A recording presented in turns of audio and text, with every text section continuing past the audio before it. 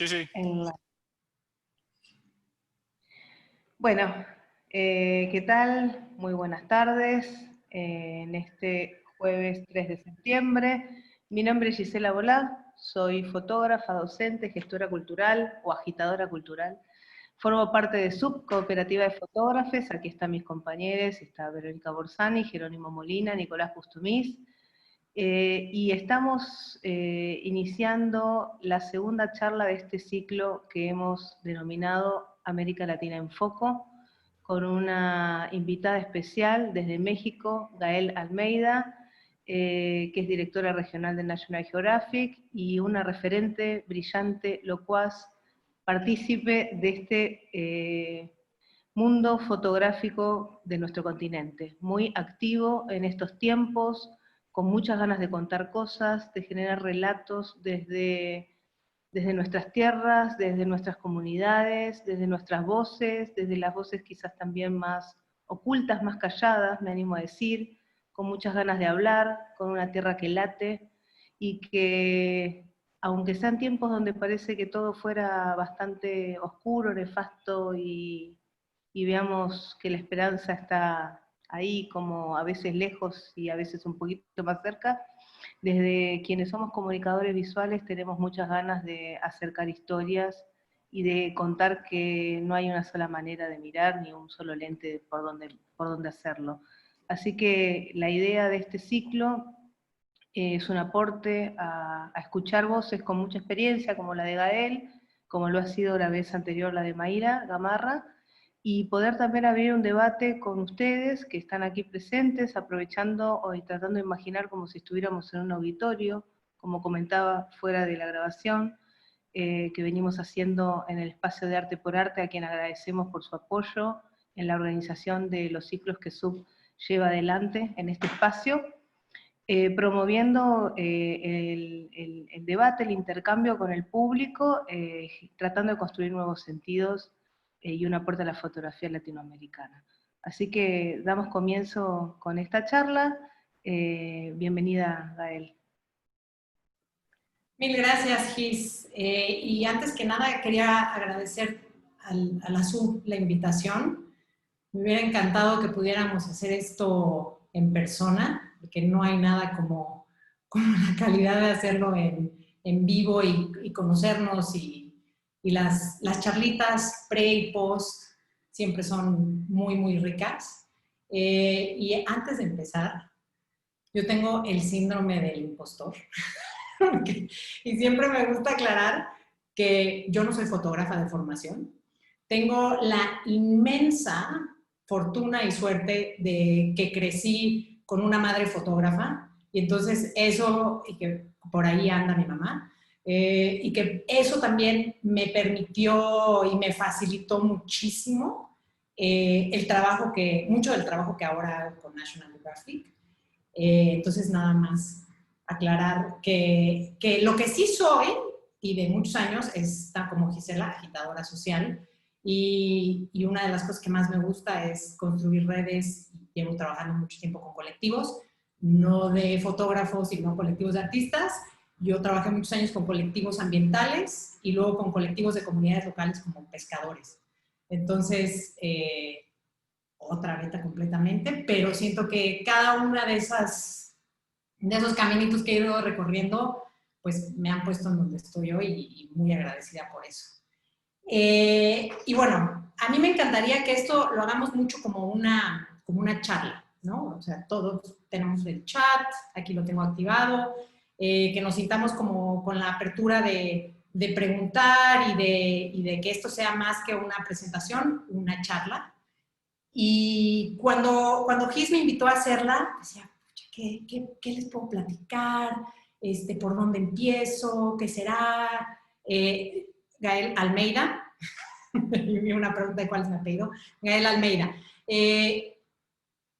Entonces, a mí me gustaría empezar esta plática contándoles un poquito de qué es National Geographic, que es la organización para la que trabajo, y que siento que, yo creo que a lo mejor muchos tienen una idea muy clara de lo que es National Geographic y a lo mejor otros no, ¿no? O sea, le decía a Gis que una de las cosas que me llamó mucho la atención es cuando empecé a trabajar con National Geographic, de las primeras preguntas que me hacían, incluidos mis familiares, era, ¿vas a ser editora de la revista? Y pues no, Nat Geo es muchísimo más que una revista. La revista es uno de los bracitos que tenemos, pero no es el corazón ni de la organización ni de la marca. Entonces voy a compartir un segundito mi pantalla para muy brevemente contarles esta historia de... Ahí ya se está viendo mi pantalla, ¿cierto? Sí. Perfecto. La voy a hacer más grande. Ahí ya se ve más grande, ¿no? Sí.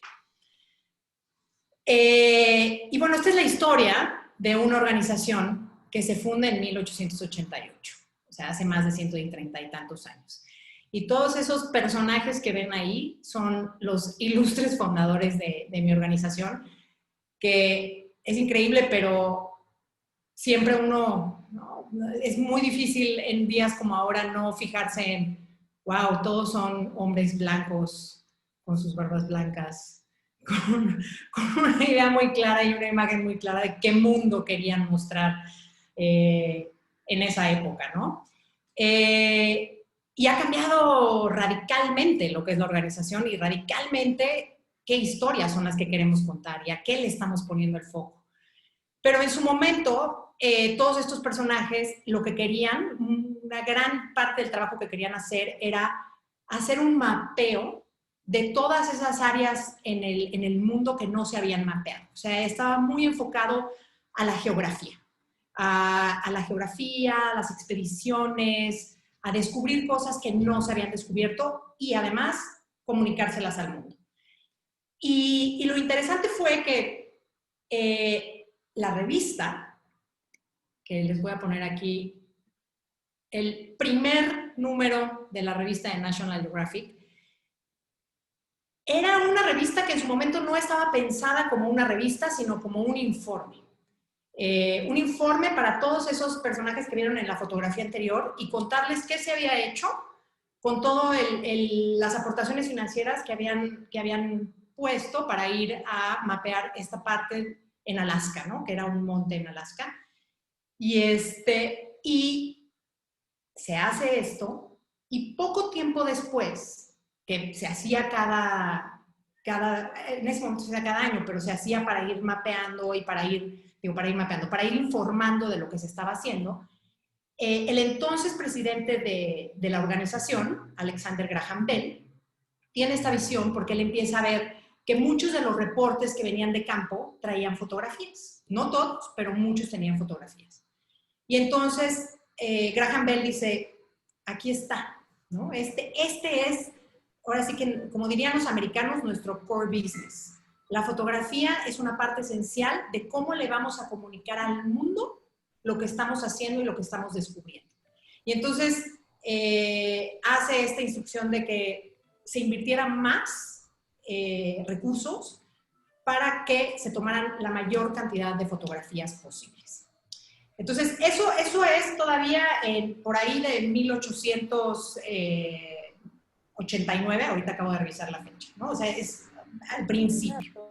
Pero no es hasta 1905 que sale realmente el que es como, para nosotros es el hito de lo que va a marcar la historia de la fotografía en National Geographic, y es con un número que sale en enero de la revista con una historia sobre Lhasa. Bueno, era una historia sobre el Tíbet, pero en específico sobre Lhasa. Son las primeras fotos que se tienen del Potala Palace, ¿no? Y entonces es un fotoensayo, 11 fotografías, y les contaba hace rato que las fotografías se publican a doble página, y era como esta gran aportación de, esta es la primera vez que la gran mayoría de personas que tienen acceso a la revista van a ver Lhasa.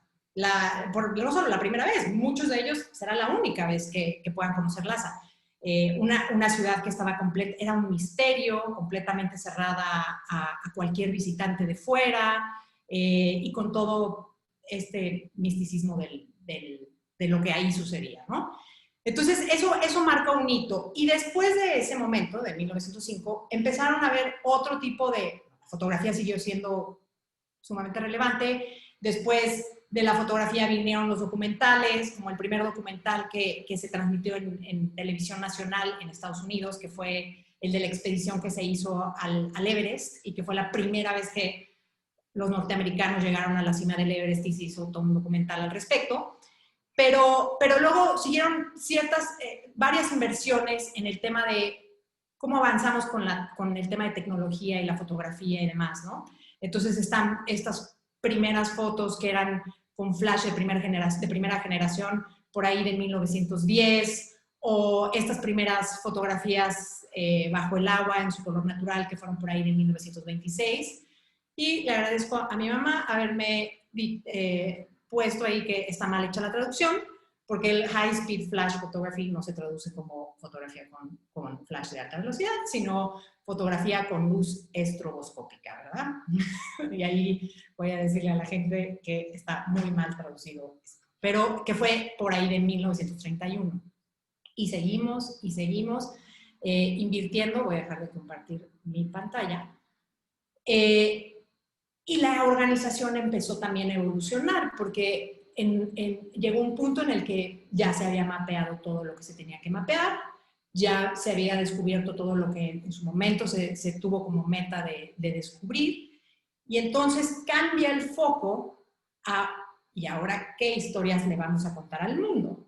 Y en esa evolución llegan los 60s y llegan los 70s, con los primeros desastres ambientales, con cuestiones sociales muy fuertes, y se empiezan a contar esas historias, ¿no? Y se empieza a apoyar a través de becas, porque acuérdense que la revista, muchas de las historias que cuenta la revista son de los proyectos que National Geographic está financiando, o sea, está apoyando. La revista también en esa época se empieza a independizar, entonces la revista ya no estaba atada a nada más contar las historias de los proyectos que se financiaban. La revista, en su independencia, empieza a tener un presupuesto propio para también mandar por assignment ciertas cosas, ¿no? Entonces, si la revista quería sacar un reportaje de alguna cosa en particular, se le daba el financiamiento y se mandaba al fotógrafo o al documentalista, ¿no? Y muchas veces había la mezcla. O sea, es el caso, por ejemplo, de Jane Goodall y de Hugo. Hugo fue un fotógrafo que se le pagado por la revista para hacer las fotos de lo que Jane Goodall estaba haciendo en el Gombe, pero Jane Goodall tenía una beca de National Geographic para hacer su trabajo. Entonces se daba esa combinación y ahora sí que hacían como yo junto a un fotógrafo con alguien que está haciendo ciencia, y entonces sacamos una historia de eso. Y siguió evolucionando la organización, la revista siguió creciendo, la membresía siguió creciendo, luego vino la tele con una fuerza increíble, y la organización sigue dando becas. Hasta este punto, la organización no da ninguna beca para storytellers, o sea, para gente que narra historias. No da becas para fotógrafos, no da becas para documentalistas, no da una beca como tal para eso. Pero llegan a entrar algunos fotógrafos que eran financiados desde la organización para hacer su trabajo. Un Joel Sartore, Corey Richards, ¿no? Que por el tipo de proyectos que tenían, la organización los financia y ellos hacían su trabajo. Con un equipo muchas veces de gente en ciencia, tanto en ciencias sociales como en ciencias naturales. Y les contaba que no es hasta el 2016, 4 años, que las cosas empiezan a cambiar en la organización en relación al storytelling, que no sea de storytellers, fotógrafos, videógrafos, documentalistas, periodistas y todo lo demás, que no sean norteamericanos. O sea, que abre la posibilidad de empezar a financiar gente fuera del nicho norteamericano. O sea, las becas, mucho antes del 2016, empiezan a ser posibles para otras regiones del mundo, pero el 90% de la gente que sigue recibiendo el financiamiento es norteamericana. En 2016, nosotros, como organización, empezamos a apoyar, ¿sí? ¿Entendiste bien? 2016. En 2016, nosotros empezamos a apoyar ciertos encuentros de fotografía.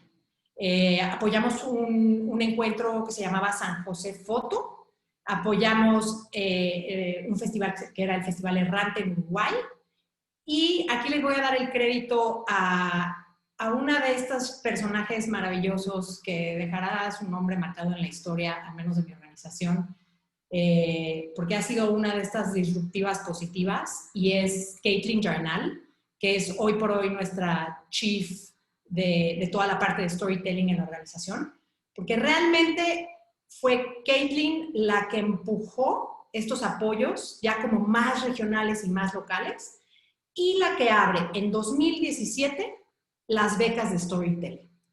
Entonces, tú ya no tenías que entrar y justificar que tu proyecto era de investigación o de conservación o de otra cosa. O sea, tú tenías un proyecto donde tú eras un narrador de historias y puedes aplicar con ese proyecto. Entonces, a partir de 2017 se abre eso, y creo que una de nuestras inmensas ventajas es que está esta vocación de los, y se lo decía hace rato a los de la SUB, de esta vocación de los fotógrafos latinoamericanos de constantemente generar encuentros para reflexionar juntos, ¿no? De generar redes, de hacer estas conexiones que no necesariamente se dan en otros lados. Caitlin en 2016 tuvo la visión de empezar a meterse a esos espacios de encuentro y de reflexión, mismos que cuando yo entro en 2017 me pasa la batuta y yo empiezo a darle seguimiento, y eso nos permitió también un poco entender lo que estaba pasando, no desde nuestra visión y desde lo que nosotros queríamos ver de la fotografía en Latinoamérica, sino desde lo que escuchábamos y veíamos que pasaba en estos encuentros. Porque luego vino todo lo que es 20 fotógrafos, que nosotros hemos sido patrocinadores de esos, al menos de los últimos 2 encuentros, del de Bolivia y del de Guatemala.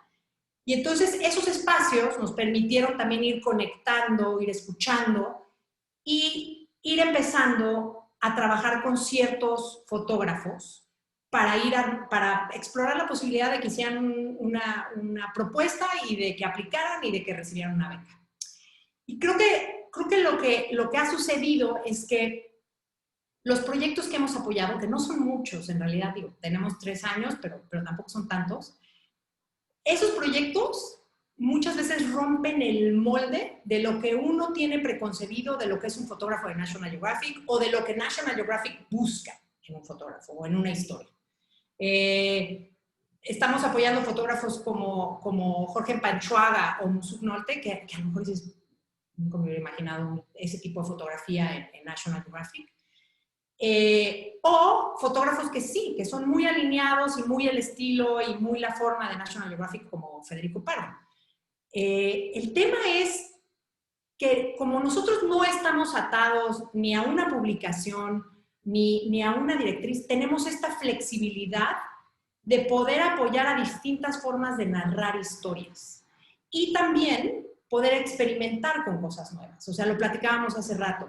Fotógrafos que están diciendo, pues a mí me gustaría empezar a experimentar cosas como de empezar a generar de manera colectiva o de manera co-creación con las comunidades con las que trabajo y empezar a dar talleres. O sea, se abre, te da más espacio y también nos permite apostarle y ahora sí que apoyar a lo que nosotros consideramos que son esos agentes de cambio en la fotografía, ¿no? Que están impulsando unas nuevas maneras de narrar historias y de ver las cosas. Y yo lo he dicho muchas veces y en muchos foros. Lo fundamental hoy por hoy es tener una buena historia. O sea, ¿qué es? No solo es la historia, sino tener muy claro también a quién le quieres contar tu historia. ¿Cuál es tu audiencia? O sea, no tienen una idea la cantidad de propuestas, porque nos llegan un montón de propuestas para storytelling y no damos tantas becas, son muy competitivas, pero no, es que o sea, fotógrafos que se sienten como muy seguros de sí mismos porque tienen un portafolio muy fuerte, pero no tienen una historia. Pero aplica porque tengo un portafolio bueno y lo de menos es la historia. O que aplican con una historia muy, muy hecha como al estilo National Geographic, porque es como si me estuvieran tratando de vender una historia para la publicación. Y de hecho, uno de sus resultados es publicar en la revista de National Geographic mi artículo sobre las comunidades de la Amazonía ecuatoriana. Entonces, no. De hecho, nosotros de entrada te decimos, si tú me pones que vas a publicar en la revista, pues mucha suerte, porque yo no te voy a garantizar ninguna publicación, ni mucho menos, ¿no? O sea, tú buscarás en su momento, digo, nosotros lo pondremos a disposición de nuestra plataforma de comunicación, pero eso no te garantiza que vas a estar publicado por National Geographic. Entonces, es una nueva manera pues de abordarlo, de entrarle, de descubrir por dónde están las voces. O sea, lo estaba contando también hace rato que ahorita tenemos este fondo especial para el COVID, ¿no? Es un fondo de emergencia que salió para apoyar a storytellers que están documentando todo el tema del COVID. Y una de las cosas que me llama a mí mucho la atención es que de todo, porque está abierto a todo el mundo, o sea, estamos apoyando proyectos en todo el mundo y creo que somos de las pocas, sino la única organización que hoy por hoy tiene más de 100 proyectos, o sea, que estamos apoyando más de 100 proyectos en todo el mundo que nos están contando historias de lo que está pasando con el COVID, que no necesariamente son las que estamos viendo de los hospitales o los médicos, o sea, son historias hasta a veces muy, muy, muy locales y muy, o sea, que no necesariamente tendríamos acceso. Pero de lo que les quiero decir es que lo que me llama mucho la atención es de los 20 y tantos proyectos que tenemos hoy financiados en Latinoamérica, somos la única región que está recibiendo propuestas de colectivos, ¿no? Y que estamos financiando proyectos de colectivos, al menos a través del Fondo COVID. Y el colectivo, o sea, el que un colectivo como Rudai reciba la beca para hacerlo del Fondo COVID, no limita que las miembros de su colectivo también apliquen en lo individual para hacer también sus propias historias al mismo fondo y reciban el apoyo. Entonces, es la única región y no, o sea, que se está financiando y no porque no nos han llegado propuestas. O sea, no hay ni África, ni Asia, ni Europa, ni Estados Unidos, Canadá, están generando están tratando de trabajar en el colectivo una mirada de lo que está pasando con la pandemia, ¿no? Y bueno, para nosotros es fantástico porque es como que la primera vez que podemos, como nuestra primera entrada a apoyar colectivos, y ha sido un aprendizaje increíble, porque ha sido un aprendizaje en donde también yo desde mi rol me meto mucho al proceso sobre todo por curiosidad, al proceso de creación y de entender cómo lo están haciendo. Entonces hubo un proceso maravilloso y mágico con las chicas de Ruda, que estuvimos ahí como tratando de apoyarlas en qué es el mensaje que querían dar como colectivo y no en lo individual, ¿no? Entonces, pues muchas experiencias increíbles con las que he crecido, no se imaginan cuánto. Pero lo que quisiera hacer ahorita es como más bien hacer un espacio como de preguntas. Ya hablé demasiado. Como más abrirlo a que esto sea un diálogo. Ya, basta de mi monólogo. Gael, maravilloso. Todas las puntas me parece que abriste y que vamos a aprovechar este hilo que dejas ahí para que tiremos. Y bueno, se me ocurren un montón de preguntas para hacerte sobre muchos puntos muy interesantes que dan para seguir ahondando y reflexionando. Pero el primero que se me ocurre hacer un poco de espacio para reflexionar juntas y para preguntarte es acerca de comentario que sale en el chat de 2016, entendí bien, y a mí realmente también hubo algo que me pasó cuando escuché el año en cuanto a decir, bueno, National Geographic a partir de hace relativamente muy poco, estamos hablando de 4 años, en donde América Latina empieza a tener un protagonismo distinto, y lo que significa también que durante todos los años anteriores, décadas anteriores, hubo una mirada que podríamos decir un tanto colonizada, ¿verdad? Una mirada que miraba América Latina desde un eurocentrismo, desde una cultura que no era la propia, y recién, y hace muy poco, la institución decide involucrar personas que participen en su organización, ¿no? Como responsables de, como por ejemplo tu cargo, que es un cargo súper importante, directora regional de un continente, así como líneas de financiamiento a autores y autoras que trabajen in situ y que además lo hagan desde su propio territorio. Entonces, en cuanto a esto, que es un punto para mí clave, bisagra en lo que significa la historia de la organización y la mirada y el peso que tiene un nombre como National Geographic acerca de la fotografía documental, de largo aliento, de investigación, de meterse en el territorio, de respirar conjuntamente con los protagonistas de las historias, y primero hacerte la pregunta de qué es lo que pasa con esa bisagra, y qué es, desde una mirada, digamos, tan cercana como la tuya, si se pudiera hacer una especie de distinción de ver qué es lo que diferencia la mirada de una persona que viene de afuera a fotografiar Latinoamérica y una persona que está fotografiando desde adentro. Sí, bueno, ¿qué pasa con la bisagra? Pasan muchas cosas, muchas cosas. Y entendiendo que somos una organización que opera con muchas partes, somos una organización muy compleja, ¿no? O sea, yo trabajo en el corazón de la organización, que es la que financia y le da, como que es el motor que está moviendo todas las historias, y luego está toda la plataforma de comunicación, ¿no? Pero empiezan a pasar cosas como, nosotros tenemos un encuentro cada año, que es el Storytelling Summit, ¿no? Que es como un encuentro en donde vienen todos los fotógrafos de todo el mundo y presentan lo que están haciendo y sus trabajos. Y el Storytelling Summit, durante muchos años, pues era cuando llegaban las vacas sagradas de National Geographic a decir cuál es su nuevo proyecto, ¿no? Y entonces un montón de gente, editores de todos lados, porque no solo son de National Geographic, de diferentes medios de comunicación y demás, iban y vamos a conocer qué están haciendo.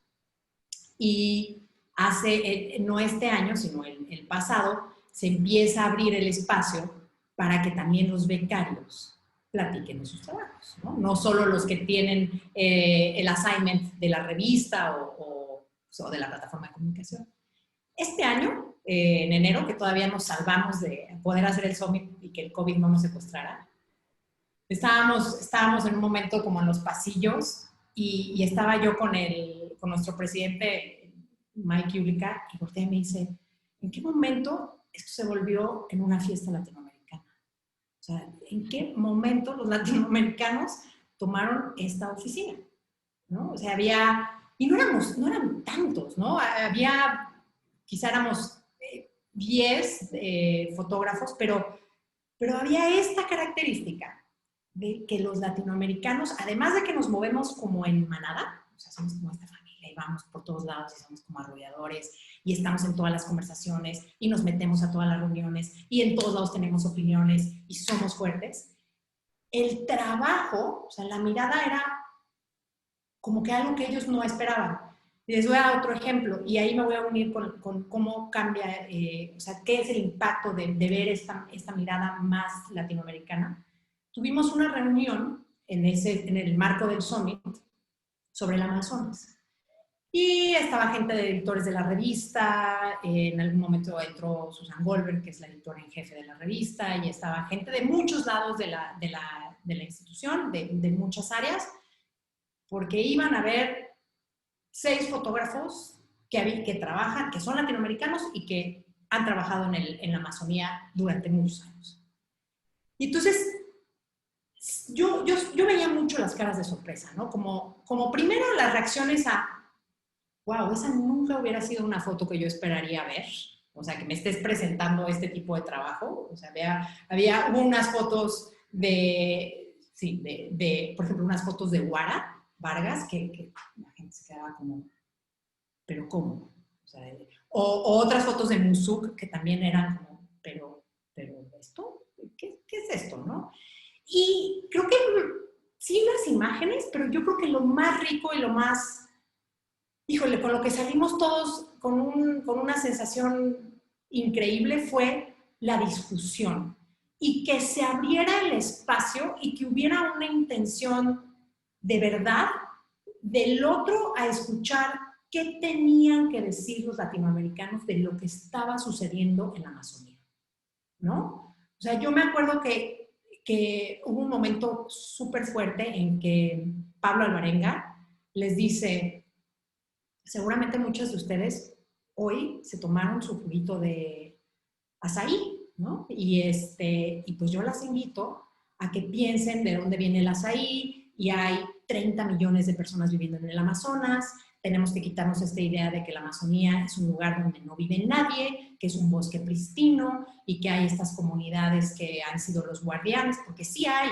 pero también está lo otro, ¿no? Entonces, como es generar estos espacios en donde tú ves una institución de ciento y tantos años que ha operado en un sistema en donde siempre es la mirada desde su lugar para afuera, haciendo esta transición de sentarse a escuchar el mundo de afuera, viene a ti a contarte la historia que tú quieres contar, porque toda esta reunión fue porque quieren hacer un número especial de la revista sobre la Amazonía en 2 años. Entonces, eso para mí, yo dije, bueno, si no pasa nada, si ninguno de estos 6 fotógrafos que están aquí acaba haciendo una contribución, para mí el haber tenido este espacio, el haber generado este espacio de diálogo en donde nosotros podemos llegar y contarles nuestra historia desde lo que nosotros vemos, ya es una ganancia. O sea, ya ganamos. Ya estamos como, sí, o sea, avanzando casi. También somos como los cangrejos, ¿no? Luego nos ponemos también los pies y avanzamos para atrás. Pero yo creo que ese es como el proceso que siento que está sucediendo ahorita. Y a veces digo cangrejo porque seguimos de repente diciendo no a cosas. No depende de mí o de Caitlin que le digamos que sí a un proyecto. Es un proceso de selección larguísimo en donde hay muchísimas personas involucradas. Pero ahí vamos, ¿no? Son como victorias que uno va consiguiendo de a poquitos y a cuentagotas.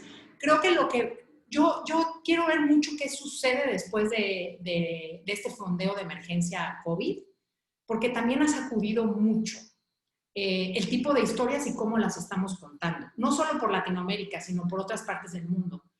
Y el cuerpo de trabajos que ha salido de Latinoamérica es muy fuerte.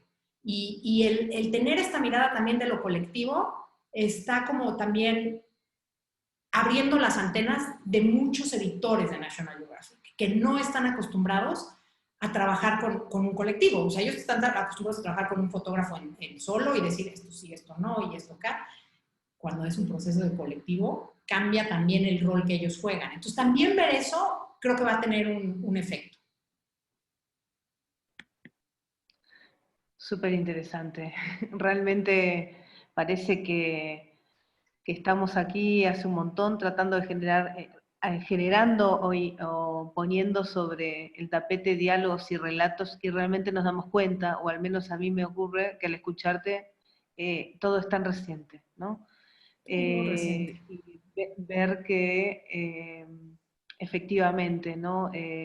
Nos damos la mirada gira hacia los propios creadores que están narrando desde el continente y también reconocernos, ¿no? Porque antes de que comencemos la charla también te comentábamos que nuestra propia experiencia de Sub, nosotros que hace 15 años comenzamos a participar de espacios de fotografía, el primer espacio en el que participamos como colectivo fue en el Visa pour l'Image de Perpignan, en Francia, uno de los festivales más característicos de fotografía periodística y documental, y, y durante mucho tiempo fuimos los únicos colectivos de Latinoamérica, ¿no? Luego se sumó Supayfoto y otros colectivos, y luego recién ahí, a partir de encuentros como ECO, hemos conocido a colectivos de Latinoamérica, y lo hemos vivido en carne propia, de alguna manera esto que comentás, y efectivamente podemos dar fe de que esto es algo que queda mucho camino por hacer.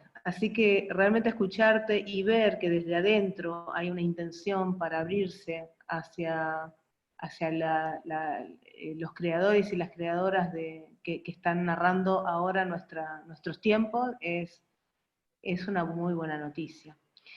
Y quería, ahora hay algunas preguntas acá. Sí, ahí estoy viendo una pregunta que me parece muy interesante y que Sí. la hemos platicado, que es qué características, ¿no?, puede tener una historia para que nosotros como storytellers sepamos o tengamos la oportunidad de que alguien quiera publicarla.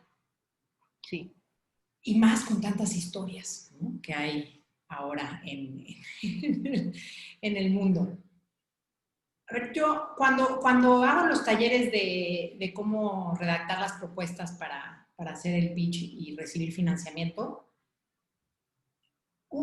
para mí una de las preguntas centrales, y que la platiqué y que también la mencioné hace rato, es tener muy identificada cuál es la historia que quieres contar.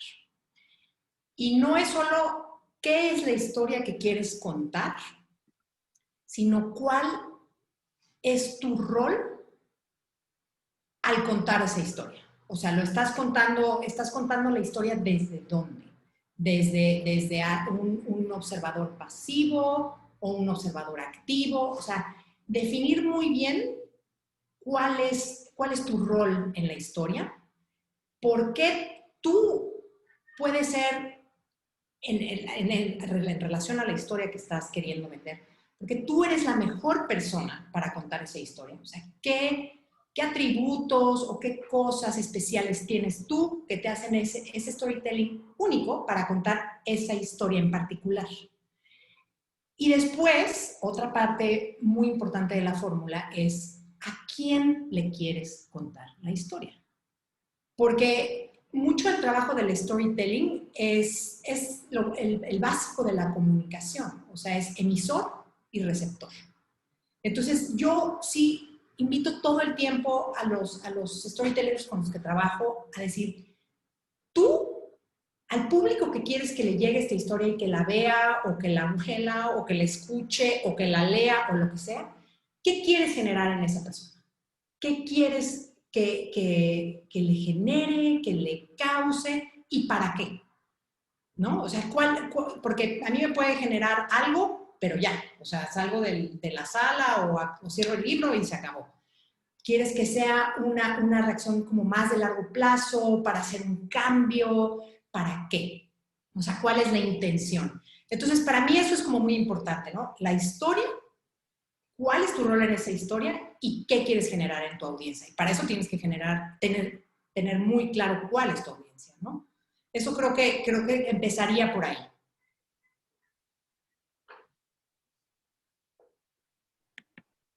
Buenísimo. También se ve otra cosa.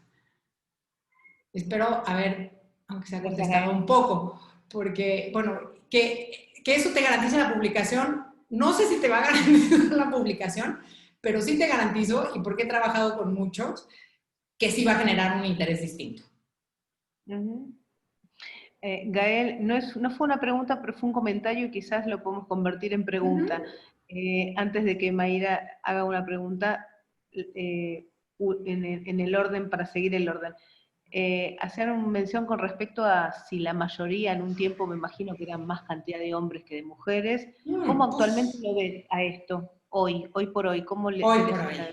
Es una gran pregunta. Y por supuesto que ha sido muchísimo más hombres, o sea, no les puedo decir el déficit que teníamos. Hoy por hoy, a nivel global, y de todas nuestras becas que damos, porque damos becas en investigación, conservación, educación, desarrollo de tecnología y storytelling, ¿no? Son 5 tipos de becas distintos. Hoy por hoy puedo decir que en nuestras becas tenemos un 50 mujeres y 50 hombres, pero hemos hecho un trabajo como muy enfocado a generar esa paridad. O sea, no es de, qué suerte tenemos, no. O sea, sí ha habido un trabajo muy fuerte de salir a reclutar mujeres, porque no había mujeres, ¿no? En el caso de Latinoamérica, en el caso de los storytellers, yo tengo un déficit hoy por hoy. Tengo más hombres que mujeres. Durante mucho tiempo tuve a una, que fue mi primera mujer y que mucho tiempo estuvo ahí sola, que fue Luján. Bueno, ahora ya tenemos más, pero sigo con números dispares, o sea, todavía no me parejo. Estoy más cerca de estar en la paridad, pero pero todavía no. Y una pregunta que yo me he hecho, que he hecho en foros como 20 fotógrafos, que he hecho en foros también en el Storytelling Summit, como de charla, y la hago de ustedes también aquí, es, ¿por qué? O sea, yo no tengo más mujeres, no porque se rechazan las propuestas, porque no aplican. A mí no me llegan propuestas de proyectos de mujeres como me llegan de hombres. O sea, por unas 20 de hombres, si tengo suerte me llega una de una mujer. Entonces, algo está sucediendo que las mujeres no mandan propuestas de proyectos. Ahora ya está cambiando, ya puedo decir que sí le estamos dando la vuelta, ya estoy recibiendo más propuestas, pero yo les puedo decir, 2017 y 2018 yo no recibía propuestas de proyectos de mujeres. ¿De hombres? Sí. Ahí está, una y otra y otra. De mujeres no.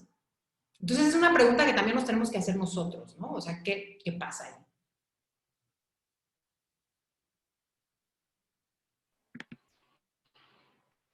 Sí, Fuerte. somos muchas. Somos muchas, pero hay todavía hay como unos límites que yo creo que nos estamos poniendo también nosotras.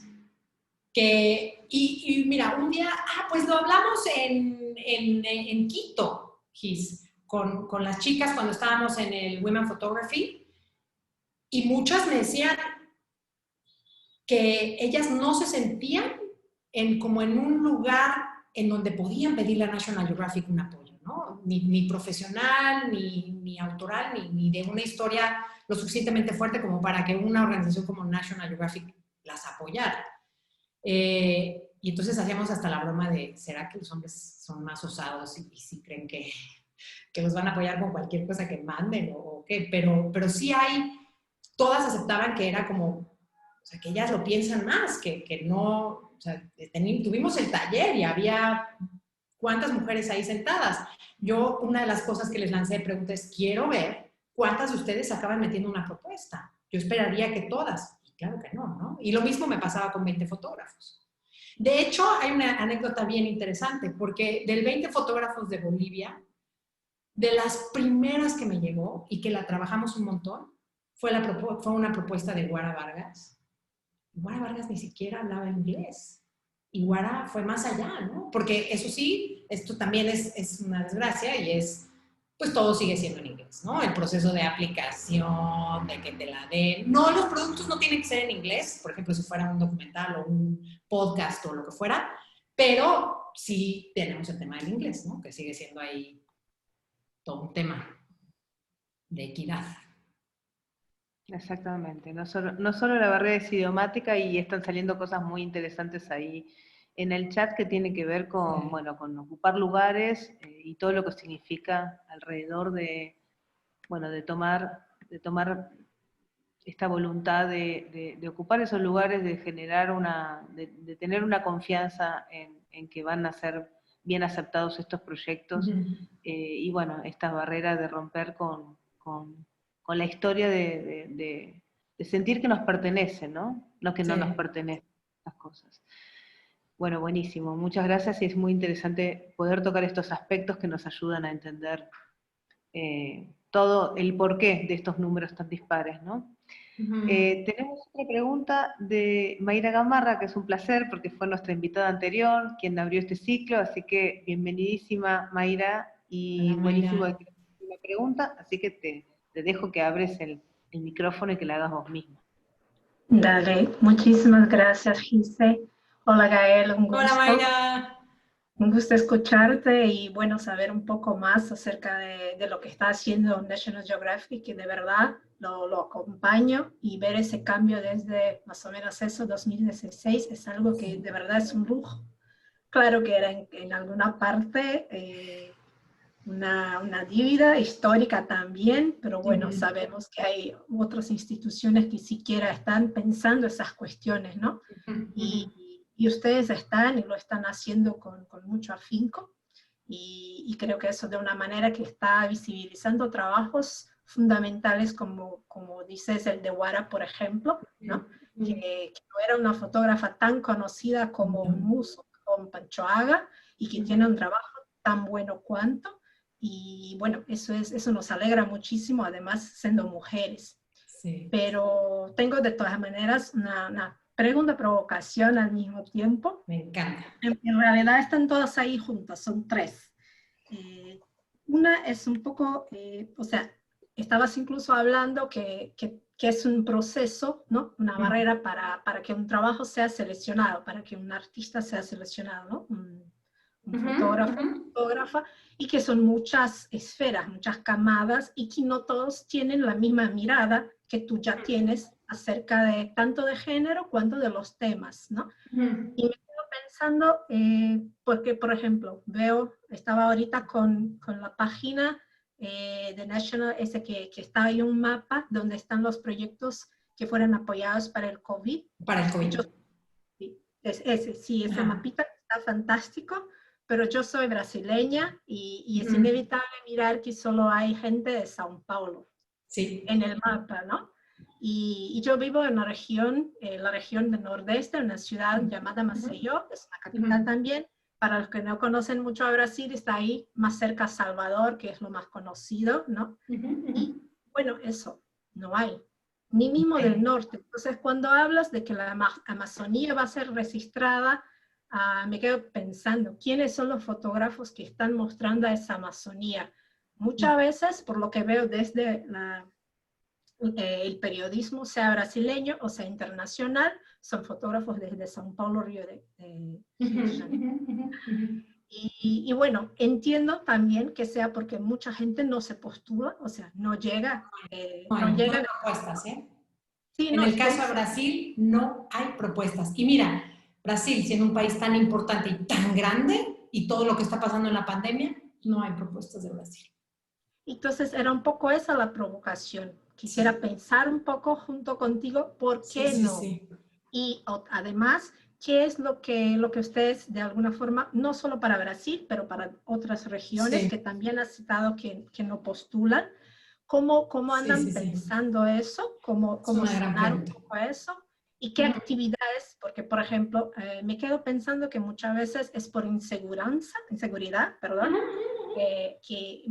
me veía ahorita un comentario que alguien decía, no sé por qué las mujeres no postulan. Bueno, es todo un sistema. Tú misma empezaste diciendo, yo tengo ahí un poquito de impostora porque no soy fotógrafa.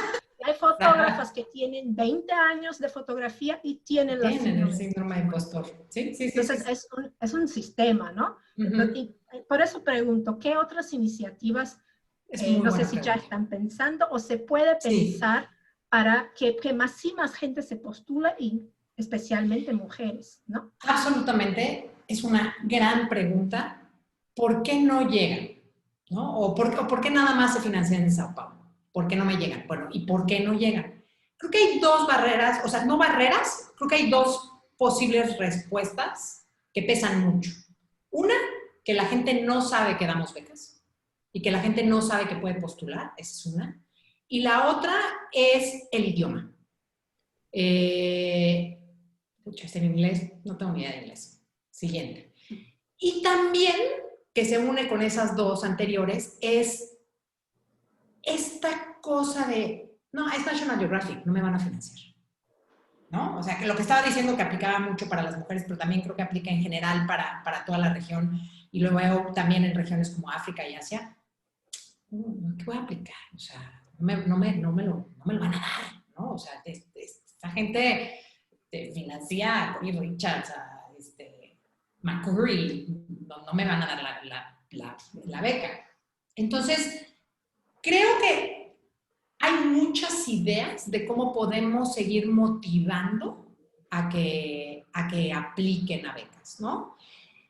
Uno, o sea, es increíble porque a pesar de que tengo muy pocos gente becada ahorita, no más de 35 personas, desde que son becarios desde 2017, tengo una diversidad de becarios increíble, ¿no? O sea, por ejemplo, tengo 2 becarios que son miembros de comunidades indígenas. Tengo uno en Brasil y tengo uno en México. Y que son indígenas que solo hacen trabajo en sus lenguas, ¿no? Que ni siquiera es que hablen español o inglés o nada. Entonces, pero uno trabaja con ellos, ¿no? Entonces, está la limitación de que no me puedo multiplicar en tantos para ayudar a tantos, y estoy sola en Latinoamérica, entonces hago lo que puedo y abarco lo más que puedo. Foros como 20 fotógrafos, como la FELIFA, como muchos otros a los que vamos, me ayudan mucho a hacer estas conexiones. Y mucho tiempo también, teníamos muchos planes para este año, y con GIS hablamos de muchas cosas que tenían que ver con, por ejemplo, hacer más encuentros con colectivos, a lo mejor capacitaciones, empezar a abrir como más, ¿no? Como cómo vamos pasando la voz. Creo que también en espacios como estos, o sea, este espacio virtual que ahora tenemos, todas las personas, las participantes de esta llamada, ya saben que National Geographic da becas. Y pueden a lo mejor empezar a plantearse la opción de aplicar a una beca, incluida tú, ¿no? Entonces, yo también le estoy apostando a subirme a la cresta de la ola de las redes establecidas en Latinoamérica, la red de la SUB, la red de los otros fotógrafos que tengo en los países, de decir, ayúdanos a ir identificando y a ir ayudando a más. Tenemos también la limitante de que tampoco es que tenemos mucho dinero para dar becas y becas y becas y becas, ¿no? O sea, yo no puedo aumentar mis números de becas en un año de 1 a 10, porque no lo tenemos. O sea, a mí me van a dar, porque con esta cosa de tener igual la equidad para todo el mundo, si hay 10 becas para storytelling, no las vamos a dividir entre todo el mundo. Entonces, si bien me van a tocar 2 o 3 para Latinoamérica. Este año, que tenemos nosotros un programa de un fellowship, Storytelling Fellows, que es como una, o sea, ahí es un concurso por invitación, es un apoyo mucho más fuerte, mucho más grande, para que un fotógrafo pueda, o un videógrafo, documentalista, podcast, periodista, o sea, cualquier storyteller pueda hacer su trabajo. Una competencia brutal, o sea, es brutal. Este año es el primer año en que tenemos un Latinoamérica. O sea, es como, bueno, ya, ¿no? Ahí vamos. Y que es Maya Godet. Entonces, ahí vamos, poco a poco, como metiéndonos, pero yo soy la primera en aceptar que el déficit es enorme. O sea, que apoyamos una mínima parte. 35 no es representativo, es algo, y no nos están llegando propuestas. O sea, sí llegan, por supuesto, llegan muchas. Llega mucha propuesta. Es que es increíble, o sea, no saben la cantidad de propuestas que me ha tocado ver a mí me gusta mucho viajar, a mí me gusta muchísimo tomar fotos, me acabo de comprar esta cámara y me ponen el modelo de la cámara, y adjunto va mi currículum y esta idea de quiero ir a Egipto a fotografiar Abu Simbel y me encantaría recibir una beca. De ese estilo me llegan montones, ¿no? O sea, que dices, ¿dónde están los otros? Pero sí, me encanta la provocación y me encanta me encantaría más, o sea, tener espacios de reflexión continua con ustedes para decir, ¿cómo le hacemos? O sea, y también poner prioridades, o sea, ¿cuáles son esas historias? O sea, ¿cuáles son las historias latinoamericanas que tenemos que estar poniéndoles el foco? O sea, volvamos a la Amazonía. Ese monstruo de la Amazonía, ¿qué de la Amazonía queremos contar? ¿No? O sea, Pues, Gael, ya entonces te invito ahora y públicamente a un evento que estamos organizando para el próximo año, que va a ser un encuentro latinoamericano de mujeres en red, que Gise ya está invitadísima, una de nuestras invitadas de honra, no sé si se dice igual en español, pero bueno, honra, ¿no? Quizás. Y bueno, te hago entonces una otra pregunta. Gracias. No, la invitación ya está hecha, te llegará el correo. Ajá. Pero bueno, la otra pregunta es entonces pensando un poco en cuanto hablabas, ¿no? Que decías de la misma dificultad que también es llegar a esas personas y bueno, que tengan tanto la confianza cuanto quizás tengan también el portafolio necesario, porque me quedo pensando en ese equilibrio entre qué tipo de portafolio es necesario. Me gustaría que pudieras hablar un poco de eso, porque yo misma, porque también soy fotógrafa, se miro, digo, pucha, no, jamás voy a ser seleccionada. Hay Pero dos la otra tipos, ajá, ahí hay dos tipos de beca, pero dime la pregunta. sí, la hago porque ya me quedo Sí. callada para que otros hagan sus preguntas también. Como yo soy curadora y bueno, también parte de mi trabajo es hacer esa selección, ¿no? Y conocer, me quedo pensando si hay en National Geographic alguna de todas esas esferas, si hay alguna posibilidad de plantear un proyecto que no deja de ser un trabajo colectivo, ¿no? Pero si hay desde una persona que está en ese papel un poco más de curador y editor, de proponer los trabajos de otros fotógrafos. Ahí también está, ¿o no? Ok. A ver, es una buena pregunta porque tenemos dos tipos de beca. Están unas becas que se llaman Early Career Grants y otras becas que le llaman Exploration Grant, por no ponerle un mejor nombre. Pero las Early Career Grants son lo que nosotros concebimos como un startup. O sea, es un monto no muy grande. Puedes pedir máximo $10,000 por un año para hacer un proyecto, pero es gente que a lo mejor no tiene tantos años de experiencia, ¿no? Que está empezando su carrera, que está haciendo sus pininos, o sea, ojo, no tiene que ver con la edad. Tengo, por ejemplo, Armando Vega, es una persona que muchísimos años se dedicó a la ingeniería y un día decidió dejar la ingeniería y dedicarse a la fotografía, ¿no? Entonces, pues, está empezando su carrera como fotógrafo y él aplicó un Early Career Grant.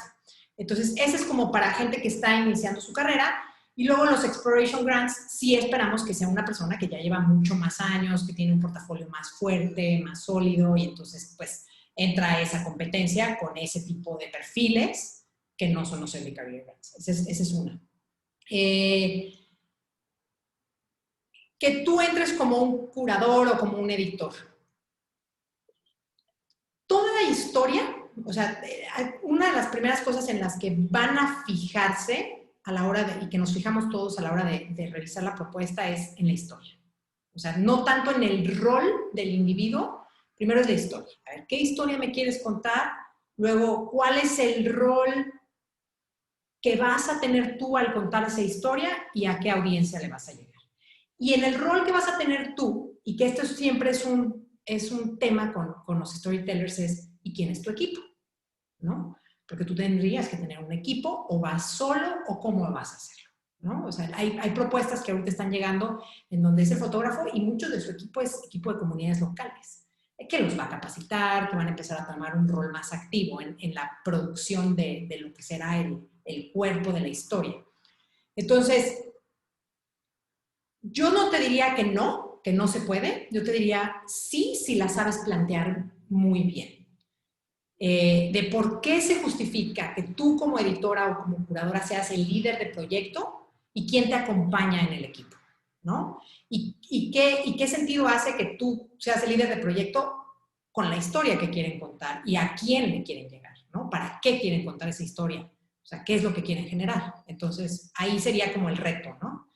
Estoy viendo varias preguntas. Uno, si el fondo COVID sigue abierto. Sí sigue abierto. El fondo COVID de emergencia se cierra en octubre, o sea, todavía nos queda todo septiembre de estar recibiendo propuestas. Y luego sí se fueron aplazadas todas las becas por el COVID, no porque no tengamos fondos, sino porque entendemos que nadie iba a poder hacer los proyectos, nadie iba a poder salir a campo. El plan hasta ahora es que en enero se reabran todas las becas. No solo las de storytelling, todas, los 5 tipos de proyectos, ¿no? Educación, conservación, investigación. En enero se reabren todas las convocatorias para recibir aplicaciones. Y sí se vean. Otra de las preguntas, Gael, que te hacían es si las propuestas se puede incluir el cine en la fotografía, o siempre es específicamente de la fotografía. ¿Cómo introducir la cuestión audiovisual, no? Es muy buena pregunta, porque nunca te va a alcanzar una de nuestras becas para hacer la producción de un documental, ¿no? O sea, no hay beca que dé. O sea, ahí tendrías que tener un montón de financiamiento adicional, ni un largo, ¿no? Sí hemos financiado proyectos que son cortometrajes, que son, o videos cortos, ¿no? De 10 minutos, 12 minutos. Hemos financiado proyectos que son la etapa de preproducción, o sea, el desarrollo de la historia y de los teasers que luego van y se meten a concursos en otros lugares y se han financiado. No es lo mismo con la postproducción de un documental o de un corto. Esos no los he visto financiados. O sea, no, siempre hay como este tema de sí, entonces, ¿qué tanto peso realmente tiene ahí National Geographic? Exacto, porque en una preproducción, y les voy a dar el caso de Ismael, que es este indígena musgo mexicano que tuvo el apoyo. A Isma le dimos la beca de Early Career Grant para que desarrollara su proyecto de guión y todo de su corto, ¿no? Isma solo hace cortos de su comunidad en su lengua. Lo desarrolló, hizo el teaser, ese teaser lo inscribe en Sundance y Sundance le dio el financiamiento para ya empezar la producción y hace poco ahorita recibió otro financiamiento de INCINE aquí en México para ya acabar la producción, ¿no? Entonces, nuestro apoyo a Isma fue clave porque le permitió desarrollar la idea, le permitió hacer el teaser y luego poder acceder a estos otros foros que ya le permiten financiar lo más caro y lo grueso del proyecto, ¿no? Entonces, sí. Gael, ahora vamos a seguir un poco con las preguntas, porque entiendo que las preguntas, muchas apuntan a esto, a saber, a tener conocimiento, porque a veces, aunque parece un poco absurdo, los datos o el acceso para llegar a estas becas es el que falta, ¿no? El puente que vos en este caso estás habilitando para tener conocimiento y poder efectivamente hacer una buena propuesta. Pero más allá de esa cuestión, que sería la parte más práctica y donde hay que sentarse a escribir y bajar esas ideas, quería hacerte una pregunta que surge a partir de una de las preguntas anotadas, que creo que es de Francisco Jarril, donde él hace mención sobre... Relación a la audiencia. A la audiencia, a la historia, Ajá. y algo que vos comentaste también, a que las historias son, o que al menos están mirando, tienen algún tipo de condimentos de ser agentes de cambios, ¿no? Son historias que generan aperturas, que generan reflexiones, que son agentes de cambio, que tienen influencia en lo territorial, que son transformadoras, ¿no? Volvemos a creer en esto, en que las historias nos transforman, y la pregunta es así, directa. ¿Qué condimentos para vos, que sos una persona que ve tanto relato visual, qué condimentos tiene que tener una buena historia? Es una gran pregunta. Y estoy pensando en la manera en la que les decía, ¿no? De cómo eliges la historia, cuál es tu rol para contar la historia y cómo eliges tu audiencia. Estoy pensando como en ejemplos prácticos de historias y de proyectos que tenemos, ¿no? Una de las cosas que yo veo mucho, por lo menos en los proyectos de Latinoamérica y con nuestra familia y de becarios exploradores de Nat Geo, es esta búsqueda de la identidad, ¿no? Y que va muy de la mano con lo que Francisco pregunta, ¿no? Si el trabajo es sobre mi propia identidad, ¿no? Si cabe. Yo diría que sí. O sea, esa es una de las cosas, hace rato también me lo preguntaban, ¿no? ¿Cuáles estas características que ves de Latinoamérica? Hay una constante búsqueda por la identidad, por qué soy, de dónde vengo, ¿no? Y cómo eso se hace relevante para mi contexto, ¿no? ¿Cuál es mi rol en mi comunidad? ¿Cuál es mi rol como storyteller? ¿Cuál es mi rol en mi familia? O sea, estoy pensando, por ejemplo, el trabajo de Sara Aliaga. O sea, Sara está en una constante búsqueda de su identidad, ¿no? De dónde viene. El trabajo de Citlali Fabián es un trabajo también muy íntimo, de ella como una mestiza que viene de una familia puramente indígena, y cuál es su rol como este puente en donde ya ni soy de acá ni soy de allá, pero me importa narrar la historia. O el mismo Ismael, el que les contaba. Ahí es decir, bueno, ¿y por qué las historias de la comunidad de Ismael, que es una comunidad indígena musga de menos de 500 habitantes, se vuelve relevante, ¿no?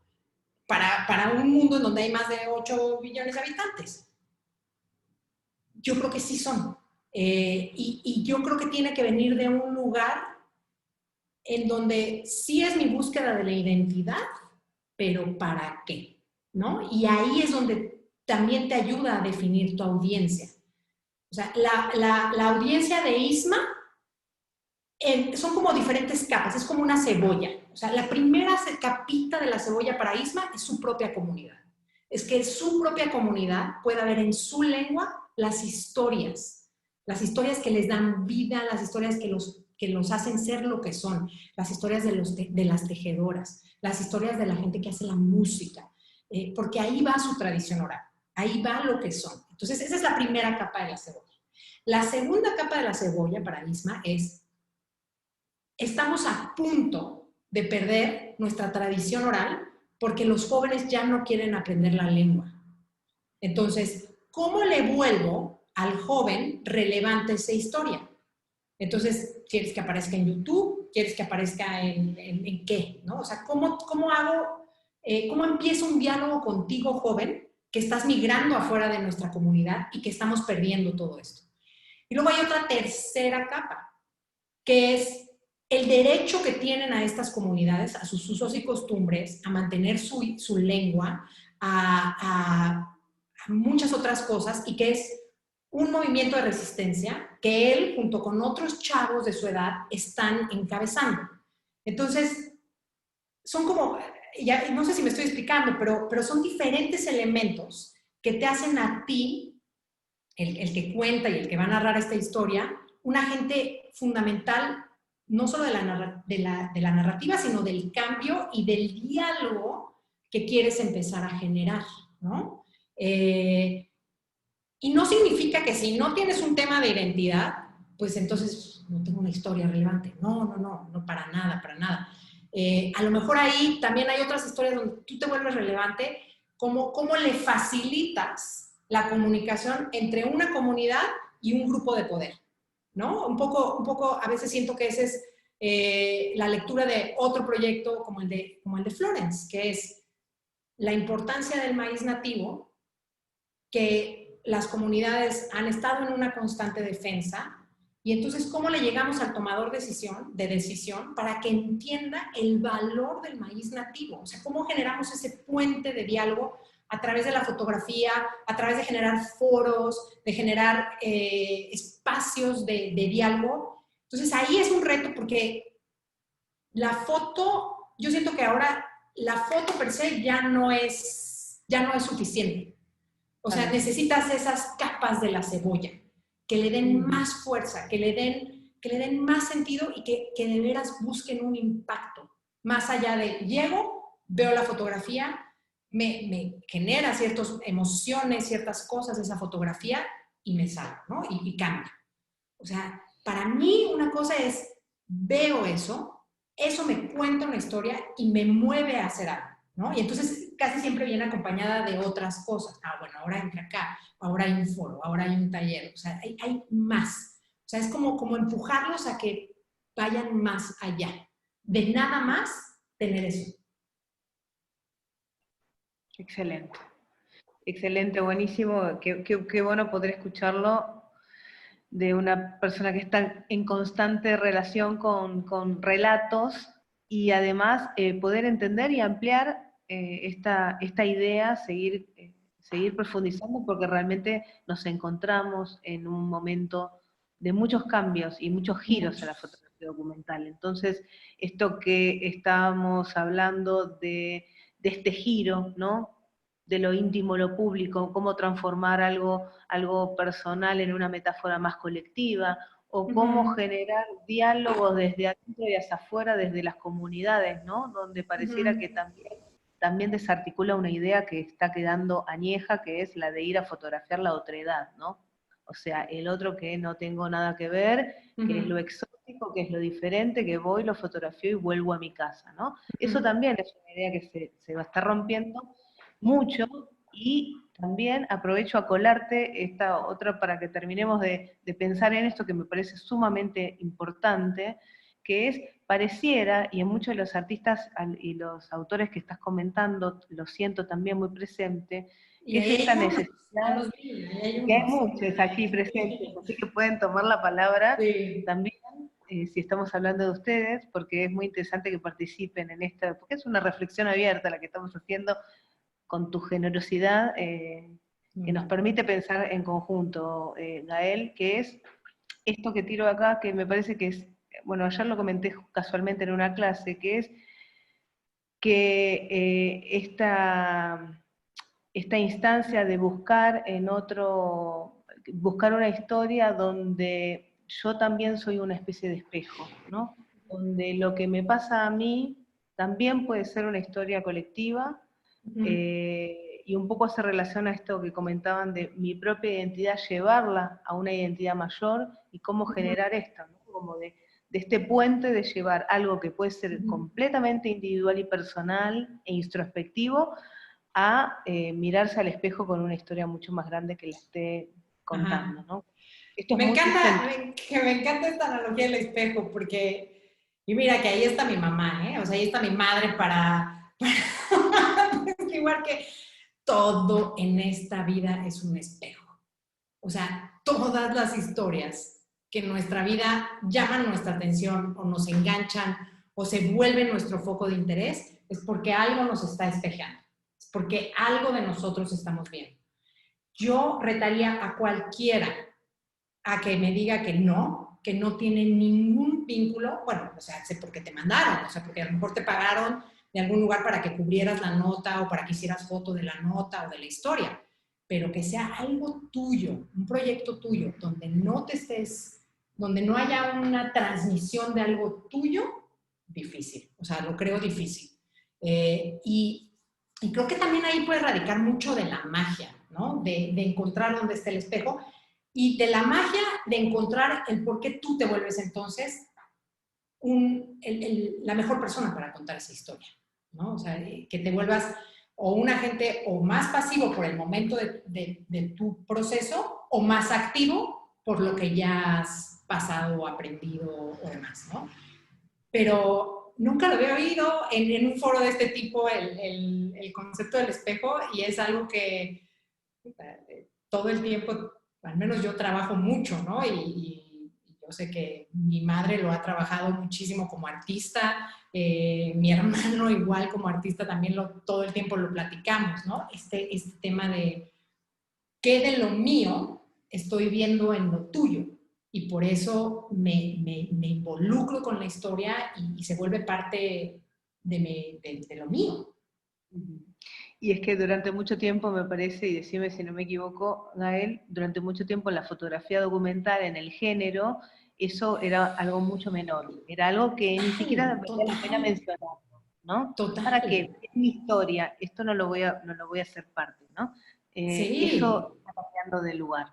Está cambiando totalmente, totalmente. O sea, y ahí y no solo por supuesto son cuestiones de género, sin duda, pero también es en cuestiones de temas de minorías. O sea, yo una de las cosas que me llama mucho la atención y no solo en la foto, ni en el video, ni en muchas cosas, por ejemplo, también de proyectos de conservación, que trabajo con comunidades indígenas que estamos apoyando.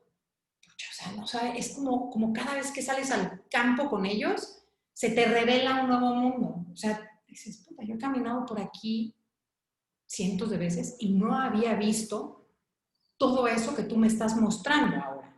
Entonces, también creo que ese es un proceso riquísimo y creo que también tiene que haber una intención de querer aprender, de estar abierto, porque todo su proceso, y sobre todo con ustedes que son storytellers, todo su proceso es una continua conversación con ustedes mismos, con el otro, con el entorno, de receptor y emisor. Entonces creo que una cosa fundamental es esa apertura, ¿no? Tengamos esta conversación. No siempre va a ser positiva, no siempre tenemos que ser, pero el permitirse el dar, pero también recibir, ¿no? Y estar como muy abierto y con antenas muy, muy paradas. Sí, sí, sí. Bueno, buenísimo. Agradezco también a Silvana que estás aquí, forma parte de la agencia Latin Photo, una agencia de fotografía que hace mención también que le llama poderosamente la atención, la curiosidad de que participen o lleguen menor cantidad de materiales y de mujeres. Así que también aquí tenemos otra persona que está trabajando en una agencia de fotografía que nota lo mismo que vos comentaste, Gael, acerca de estos grandes números que ponen en una balanza muy desequilibrada, que ojalá cuando se empiece a equilibrar un poco más. Luego acá te hacen una pregunta muy específica con relación, la pregunta de Lera, cómo podría llegar a participar en los photocamps que hacen sí. Es que hay unos que se llaman photocamps, pero los photocamps son para muy jovencitos, para gente que tiene entre 15, 19, 20 años, que no tienen conocimiento de foto, o sea, que apenas están empezando con la fotografía, y esos los organizamos para comunidades que son gente que no tendrían acceso a algo así, o sea, que son desfavorecidas, o sea, que hemos hecho, por ejemplo, en algunos campos de refugiados, hemos hecho, ha habido diferentes, ¿no? Pero son como para comunidades más desfavorecidas y nos enfocamos mucho en estos jóvenes, en donde queremos decirles que su historia es muy importante y entonces les damos la fotografía como una herramienta para que ellos puedan transmitir y comunicar lo que están pasando o lo que están viviendo. Muchos de ellos se engancharán en la foto y muchos más nunca más, ¿no? O sea, estuve en el photocamp, aprendí y me olvido. Entonces, esos son los photocamps, pero no sé si se refieran a otro tipo de evento que patrocinemos, que estemos, que organicemos. Quizás aprovecho a preguntarte cómo, porque menciona también el Explorer, ¿no? Como la... docentes. Ya dijo, hacer docentes. Mira, ahorita todos los que estamos teniendo de docentes en los photocamps, ya la mayoría son becarios. O sea, hay gente que tiene ya la beca. Entonces, los invitamos también a que nos ayuden con los photocamps. En algún momento no fue así, se invitaba gente externa, pero ahorita lo están, como ya se nos amplió la familia, por lo menos en Latinoamérica ya tenemos el suficiente quórum para llenar de instructores los photocamps. Ahorita estamos haciéndolo muy enfocado a los fotógrafos que ya son becarios de Nat Geo, o sea, que son los /exploradores de National Geographic. Okay. Y sí, todos nosotros estamos súper jovencitos, podríamos ir.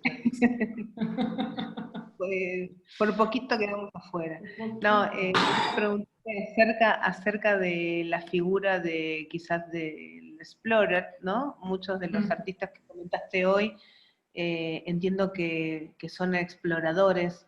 Esta figura que es muy de National Geographic, que cuando la escuché por primera vez dije, bueno, tiene algo que ver con ser un explorador de estas comunidades de campamentos, ¿no? Bueno, ¿cómo es esta figura? ¿Qué hace? ¿Qué se desarrolla? ¿En qué la institución colabora para su proyecto fotográfico? No, pues el explorador es básicamente una manera a la que llamamos a nuestros becarios. O sea, el que recibe el financiamiento de National Geographic y que pasó por un proceso de selección de beca que toma 5 meses o que entró porque ganó un premio, y entonces recibe fondos de National Geographic para hacer su proyecto, es a los que llamamos exploradores. Y entonces son desde fotógrafos, investigadores, educadores, o sea, todos entran al mismo costal. No es el mismo caso con los del fondo COVID, porque el fondo COVID como es un fondo de emergencia, ahí o sea, te damos el financiamiento, pero no entras a esta comunidad de exploradores. Ahora, ¿de qué me sirve ser de la comunidad de exploradores? Nosotros tenemos diferentes cosas que hacemos con nuestros exploradores, que es desde capacitaciones para que hagan presentaciones tipo las TED Talks, invitarte, por ejemplo, estos encuentros como el Storytelling Summit, en donde invitamos a todos nuestros fotógrafos que tienen beca y no solo es presentar ahí como en el escenario, sino también como muchos espacios intercambio de ideas, de creación y demás.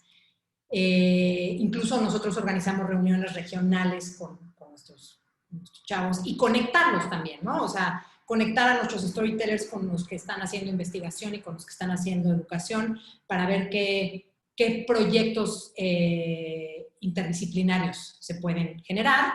Y hay otros apoyos también a los que empiezas a tener acceso, que ya nada más están accesibles a exploradores, ¿no? Las becas de colaboraciones, fonditos adicionales, proyectos de capacitación, programas de capacitación, unos de Second Assistant, otros que son in the field, que son gente que quiere a lo mejor empezar en temas de video, te capacitan, la gente que está haciendo videos para Nat Geo, en fin, hay como muchas cosas. Para mí una de las cosas más ricas y que más tiempo y esfuerzo y corazón le he metido es a construir mi red de exploradores que no son solo fotógrafos, o sea que hay de mucho, y entonces como generar así el tema de, ahorita por ejemplo tengo lo que llamamos como el hub, que es un grupo de exploradores de todas las disciplinas que te imaginas, trabajando en Patagonia o trabajando en la Amazonía. Y entonces se juntan y crean y piensan qué futuro quieren y se imaginan el mundo que quieren y eso, ¿no? O sea, la magia que sucede con la conexión, ¿no? Cuando la gente empieza a conectar con esta intención de conectar y de crear y de cambiar las cosas, eso es, para mí esa es la prioridad ahorita, ¿no? Por lo menos con los que tenemos. Y sí, a veces es como la gran diferencia. O sea, ¿qué es eso? Pues tiene muchos, o sea, tiene ya más beneficios cuando entras. Porque además la idea es que si te damos una beca, no significa que ya no vuelvas a pedir una beca. O sea, no significa, recibí mi beca de National Geographic, se acabó mi relación con ellos. No. O sea, la relación es, tú vas marcando, el explorador va marcando la pauta de la relación que quiere tener con nosotros. Dice, ¿se puede llegar a publicar en la revista sin necesidad de una beca?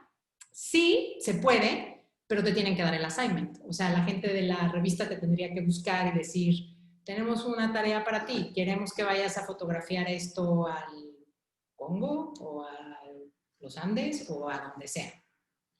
Y pues tienen ellos su lista de sus fotógrafos a los que a todo el tiempo mandan y que son como a los que casi siempre acceden. Yo no conozco ninguna manera, en donde alguien llegue y toque la puerta de Susan Goldberg a decirle, aquí está mi portafolio, te lo dejo, espero tu llamada o tu correo. No lo conozco, no he visto nunca que suceda. Ellos son los que siempre buscan. Y ellos operan a su modo y así les ha funcionado y les ha funcionado muy bien, ¿no?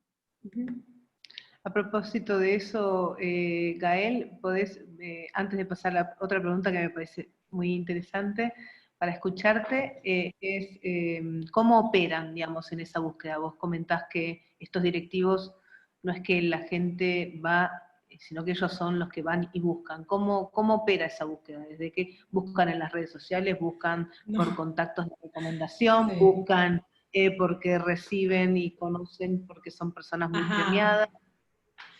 Es la pregunta del $1.000.000, ¿no? La verdad es que operan con su propia red. O sea, tienen una red que han construido de años.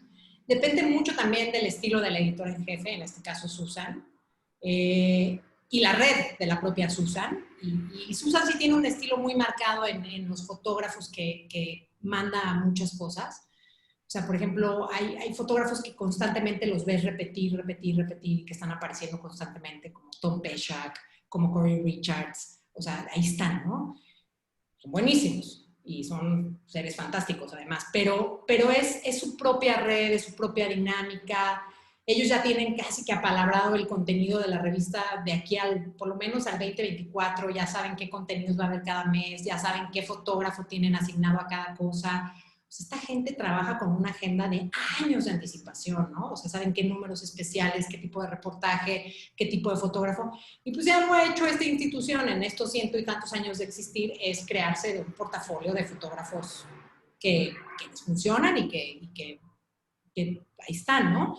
Uno de los retos que estamos nosotros ahorita trabajando mucho es cómo le mostramos a Susan el trabajo de otros lentes de cada una de las regiones a través de los trabajos que se están financiando.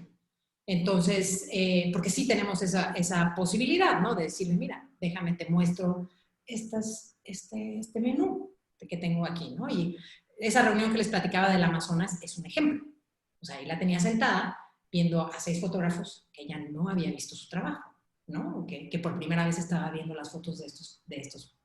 Felipe no, porque Felipe ya ha publicado varias veces en la revista, pero bueno, o sea, era como exponerla a eso.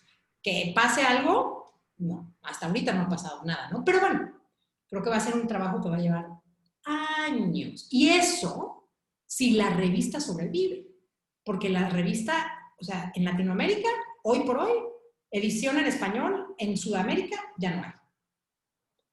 La revista de Brasil ya no está. Entonces, la tendencia es que la revista, digo, yo no creo que nunca cierre la que se produce en Washington, ¿no? La global, pero las ediciones, hay una tendencia que están cerrando, entonces también hay que ver eso. Bueno, Gael, ya nos vamos acercando al final de esta charla, llevamos 1 hora y media muy entretenidas, todo el grupo, la verdad que es un placer escucharte, y se abren y cada vez más se abren preguntas y creo que nos vamos a llevar mucho acerca de la fotografía contemporánea actual, quizás desde un género más documental, quizás de un género más de pensar nuestro territorio y las historias que hay que contar, que faltan contar. Y acá hay una pregunta que tiene que ver con esto, que es, ¿podés contarnos, y es completamente personal la pregunta, tomarlo como eso, ¿podés contarnos algún proyecto que realmente te haya impactado y por qué de los últimos que has visto últimamente? Qué difícil. Uf, ¿Qué proyecto no me ha impactado? O sea, ahí sería la pregunta, ¿qué no me ha impactado? O sea, y ahí lo que lo que les tendría que contar es que para mí, la verdad, este trabajo y poder tener la posibilidad de conectar con todos estos storytellers le ha dado a mi vida una riqueza infinita, ¿no? O sea, ha sido como tener la posibilidad de ver el mundo a través de todos estos ojos que son únicos, especiales y de verdad son mágicos. O sea, no puedo pensar en ningún proyecto de los que hemos financiado que diga yo, bueno, pues, bien, a ver qué sale. Vamos a ver cómo acaba resultando este experimento.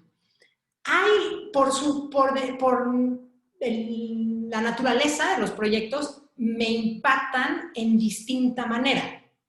Por ejemplo, ahorita tengo un proyecto de storytelling que está proponiendo una nueva manera de narrar historias a través de una plataforma que generan como un chatbot en donde alguien en tiempo real puede tener una conversación ficticia a través de la inteligencia artificial y un chat que te está contestando, pero que te está dando datos reales y que te ayuda a informarte para que tú vayas tomando tus decisiones. Entonces, manejan temas como de sexualidad, de abuso, hasta temas ambientales que tienen que ver con tráfico de especies, incendios en la Amazonía. Y es una plataforma que se llama Talk to You. Sí, Talk, y luego un 2 y luego un Now. Bueno, o sea, cuando conocí a Nico y empecé a entender de su proyecto, fue como, ¿qué es esta maravilla? O sea, no tiene nada que ver con la foto, no tiene nada que ver con las formas tradicionales que yo conozco del storytelling. Entonces, pues eso me impacta, porque dices, wow, ¿no? Esta constante generación de nuevas ideas y usar las plataformas que hay ahorita para contar historias de otra manera y que le ayuden. Es como involucrar a tu espectador, a tu audiencia de otra manera y en otro nivel. Eso me parece fantástico. O sea, fascinante, ¿no? O sea, pero entonces, lo que me provoca es como cuando llego y de repente veo por primera vez algo que yo me imaginaba, o sea, es como si viera un unicornio, ¿no? O sea, es que esto es science fiction, esto no puede ser real. Ese es como el impacto, como cuando te sorprende algo y no te imaginas, no puedo ni entender cómo funciona. O sea, es como, no entiendo nada, pero está genial, ¿no? Esa es una manera de impactar. Otra manera de impactar es, por ejemplo, el trabajo que hacen personas como Ismael, como Sara, como Manu, como Guara, que son historias entrañables, ¿no? Donde me impactan es aquí, o sea, es en el corazón y en como quererlos acompañar en un proceso de búsqueda, porque seguramente yo despejé algo y yo también estoy en mi propio proceso de búsqueda, ¿no? Y entonces es un impacto de algo que es como muy sencillo y a la vez muy complejo.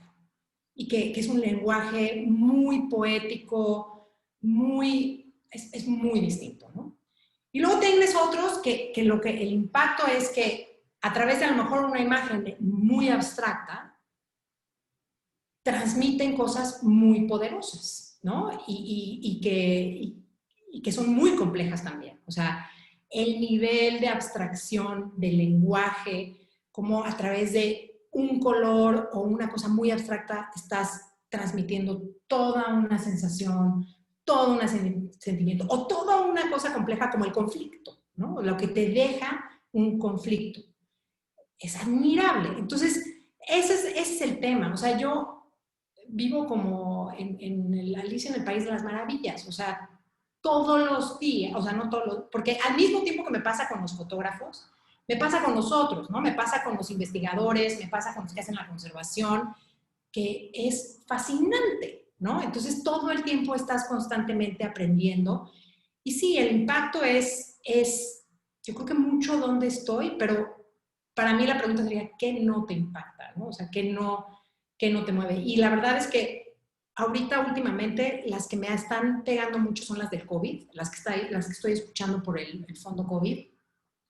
Estuvimos en una conversa esta misma semana con Juan Arias de Colombia, que está haciendo un proyecto de la periferia de una ciudad y ves las condiciones en las que está viviendo la gente, que además se hicieron mucho más graves por la pandemia, en donde ves unas 100 familias, todas comiendo una vez al día de una olla.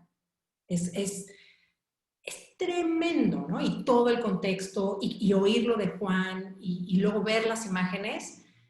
Las historias ahorita del COVID son las que más me están moviendo. No todas, sin duda hay niveles, pero va a venir, creo que vamos a hacer una exposición a nivel global de todo este cuerpo de trabajo, que tenemos la inmensa fortuna de que Claudí Carreras nos va a ayudar con esa curaduría, y es brutal, o sea, es muy fuerte. Creo que ahorita eso es lo que más sensible estoy, y también porque es un espejo, ¿no? Todos estamos viviendo la pandemia desde nuestra soledad, desde nuestro encierro, y pues te pegan en cierta manera. Y seguramente será un material histórico, que esté Seguramente. registrando algo que todavía no podemos ver con perspectiva, así que Sí, sin duda sí. va a ser muy necesario de ver esa exposición a futuro. Sí. Bueno, Gael, nos quedamos como te decía anteriormente, con muchas ideas dando vuelta, dándonos cuenta del poder transformador de las historias, de cuánto las necesitamos, de cuántos necesitamos consumir. Las historias son un alimento que nutre, que transforma, Sí. que nos abre la conciencia, que nos abre el universo que enriquece el universo de las ideas, y sin duda las historias visuales son muy necesarias ahora y lo serán. Así que festejo tu presencia, tus conocimientos, tu intercambio y la presencia de un montón de gente que están aquí Sí. y que están muy atentamente participando, y que además son creadores y creadoras de historias visuales, No, por lo que veo. sí, muchas gracias a todos ustedes, creadores visuales, porque ahora sí que la narración de historias nos hace como humanidad. Vivimos y surgimos desde la narración de historias alrededor del fuego, así es como lo más esencial que tenemos en nosotros, y o sea, es muy admirable el trabajo que hacen, o sea, de verdad, súper admirable, y súper agradecida también a ustedes por el tiempo y por el espacio. Bueno, Muchísimas gracias. Ahora me encanta ver caras, muchas personas que estaban desconectadas, las cámaras, si quieren ponerlas, vamos a hacer Bueno, nada, solamente para saludarles, agradecerles la presencia. Es muy lindo ver que hay muchas personas de las cuales, Gael, mencionaste sus trabajos y están aquí presentes. ¡Qué emoción! Hay muchas, sos una persona muy querida, debo decirte, Gael, en el ámbito fotográfico y en el ámbito femenino, porque sos una gran abanderada de abrir puertas a mujeres que se animen a presentar proyectos, y a hombres, por supuesto, que estamos ahí muy a la escucha y atentos a tus propuestas y a perder también el miedo y ganar la confianza para presentarse en estas grandes instituciones que parecen muchas veces lejanas. Inalcanzable, ¿no? Y bueno, muchísimas gracias. Gracias, Vero, mis compañeros de SUB, Vero González, Vero y Nico que están aquí. Gracias, Vero, gracias, Nico. Muchas gracias a vos, Gael. Increíble. Muchas gracias. Bueno, hasta la próxima, Gael. Ojalá podamos tenerte otra vez. Sí. Gracias, Gael. Beso a todos. Abrazo. Gracias a todos.